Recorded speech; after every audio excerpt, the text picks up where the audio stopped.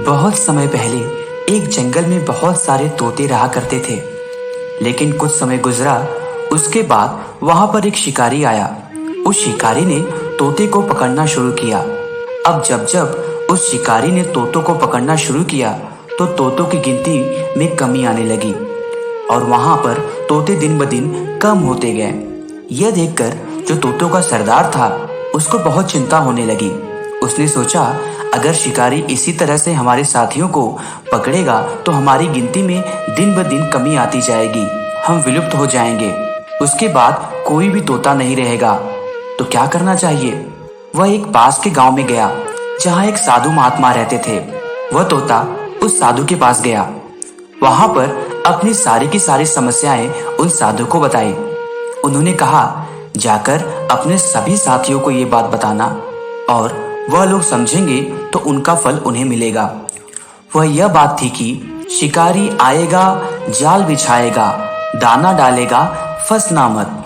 अब वह तोता इस बात को याद करता हुआ उड़ गया और अपने सारे साथियों को बुलाया, जंगल में इकट्ठा किया और बोला, मेरी बात को सभी ध्यान से सुनना।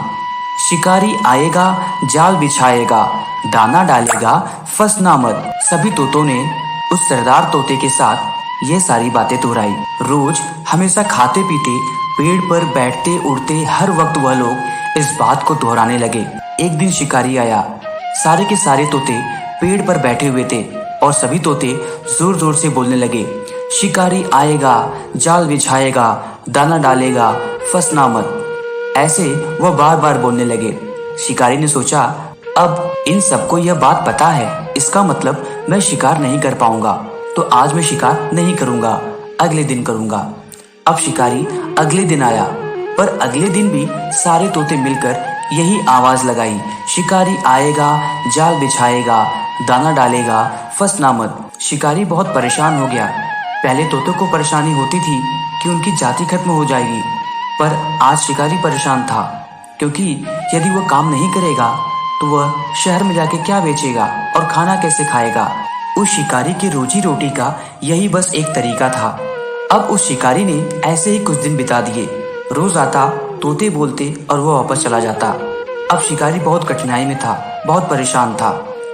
उसके बाद वह भी उस साधु के पास गया। साधु से पूछा, महाराज मुझे बताइए कि मैं क्या करूं? सभी तोतों को यह बात पता है कि मैं जाल बिछाऊंगा, दाना डालूंगा और वो फंसेंगे नहीं, तो मैं क्या करूं महाराज? अब साधु ने कहा, तुम अपना काम करो, वह तोते अपना काम कर रहे हैं, तुम अपना काम करते जाओ। यहाँ पर परेशान होने की बिल्कुल भी जरूरत नहीं है। जाओ और जाकर जाल बिछाओ, दाना डालो। अब फंसे या ना फंसे यह उनका काम है। अब वह शिकारी गया। उसने ऐसा ही किया जैसे साधु ने कहा था। लेकिन सभी तोते जोर जोर से शिकारी को देखकर बोलने लगे, शिकारी आएगा, जाल बिछाएगा, दाना डालेगा, फंसना मत। शिकारी ने जाल बिछाया, दाना भी डाला और सारे के सारे तोते आकर उस जाल में बैठ गए और दाना खाने लगे।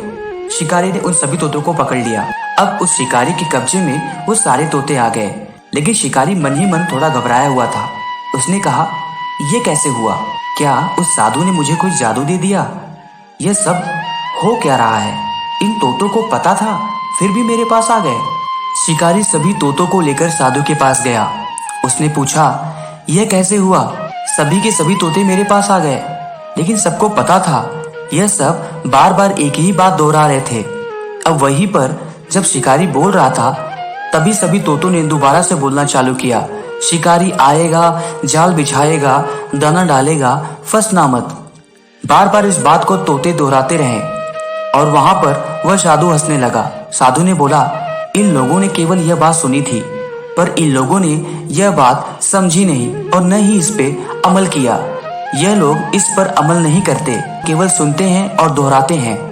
इस कहानी से हमें यह समझ जाना चाहिए कि बहुत से लोग हैं जो मोटिवेशनल कहानियां सुनते हैं, अच्छी किताबें पढ़ रहे हैं, बहुत से वीडियो देख रहे हैं, लेकिन उनको अपने लाइफ में अमल नहीं कर रहे हैं। मुझे आशा है कि इस कहानी से आप केवल मोटिवेट ही नहीं बल्कि आज से अपने लाइफ में कुछ कर दिखाने का जज्बा भी रखेंगे।